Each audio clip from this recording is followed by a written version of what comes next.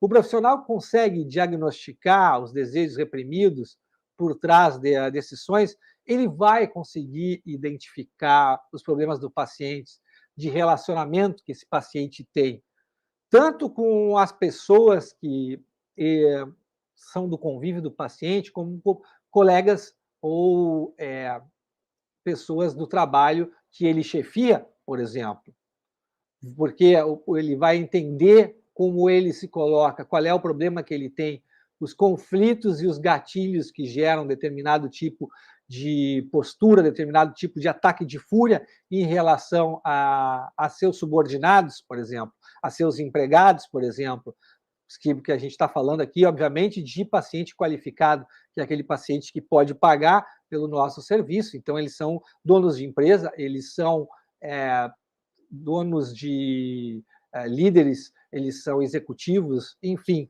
eles coordenam equipes, né?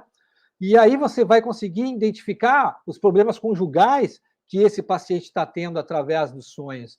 Vai usar os sonhos como porta de entrada para falar sobre esses problemas conjugais que o paciente está tendo, e porque isso vai aparecer diretamente nos sonhos dos pacientes, porque os sonhos não mentem.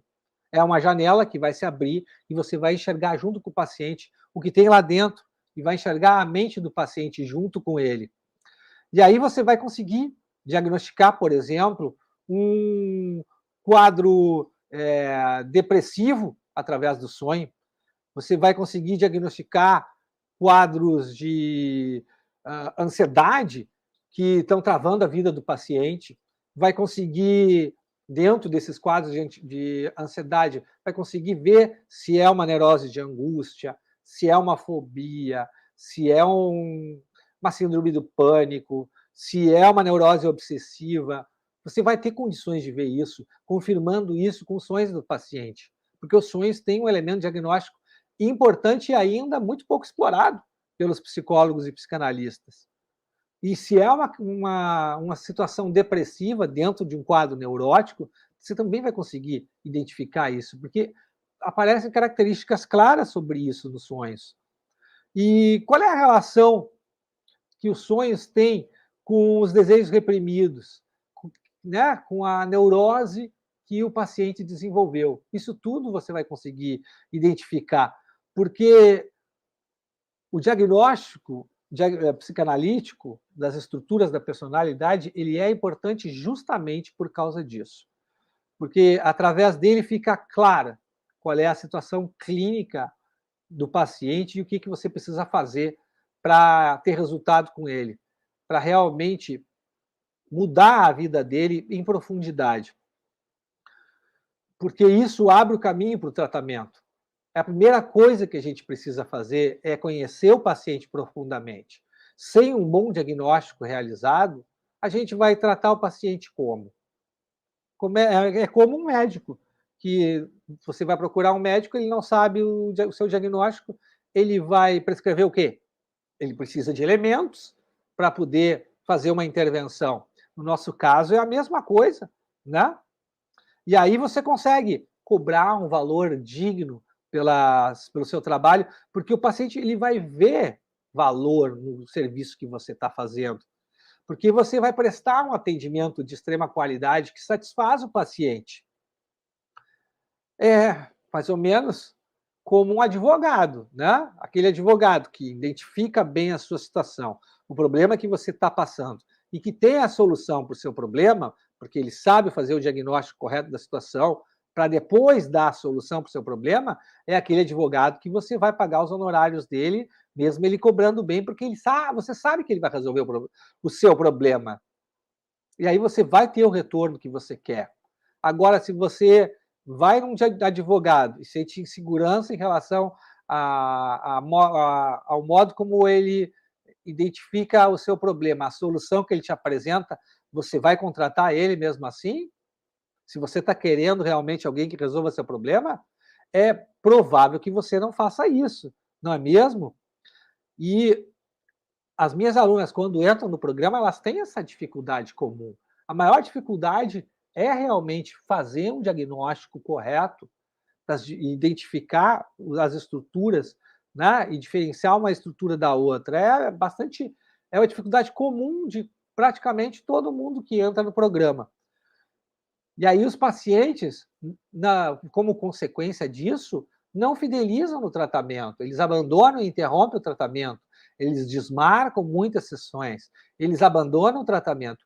Conforme as minhas alunas vão aprendendo o diagnóstico e se especializando na interpretação dos sonhos, inclusive para confirmar o próprio diagnóstico, aí o jogo muda, aí o padrão das sessões muda, aí elas podem aumentar o preço da sessão, aí elas podem atender menos pacientes, aí elas têm mais tempo para estudar, para se especializar mais, para procurar ferramentas mais assertivas para trazer mais resultados para os seus pacientes, usar as ferramentas que o programa oferece efetivamente para ir direto no inconsciente do paciente, junto com ele, para ter resultados extraordinários com os pacientes.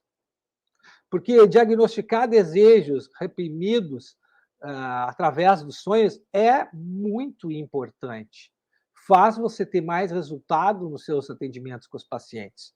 Porque muitas vezes, sem trabalhar com o sonho do paciente nesse sentido, ele nem verbaliza o problema para você que ele trouxe para a terapia.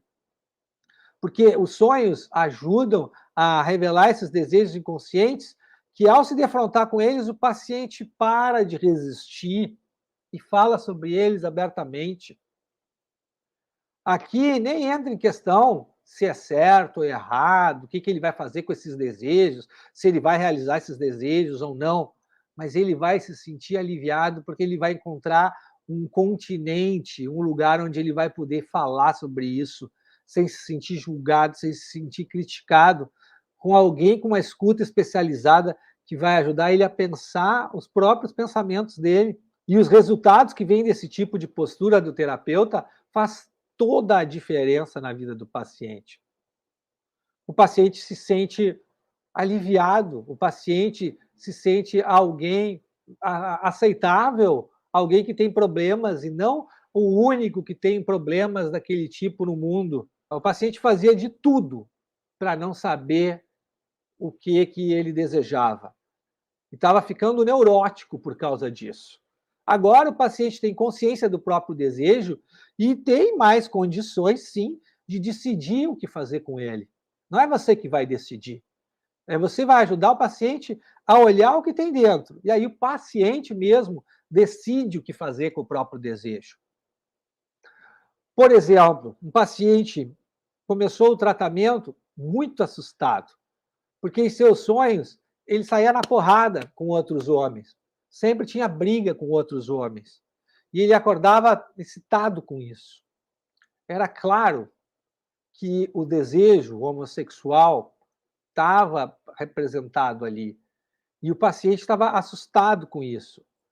Esses sonhos serviram de entrada para a gente falar sobre as dificuldades sexuais que ele tinha com a esposa, que estava aparecendo de modo inverso no sonho. Ele estava dando porrada e recebendo porrada de outras pessoas no sonho, mas, na verdade, o que ele queria era ter um ato romântico, um ato sexual. O paciente não é burro, o paciente havia percebido isso. E ele já vinha com crises sexuais em relação à esposa. Ele já vinha olhando para os outros homens e sentindo desejo para os outros homens e reprimindo e recalcando o máximo que ele podia. Porque para ele não era aceitável isso. E quando o sonho dentro do tratamento trouxe essa questão, a gente pôde falar sobre isso com naturalidade.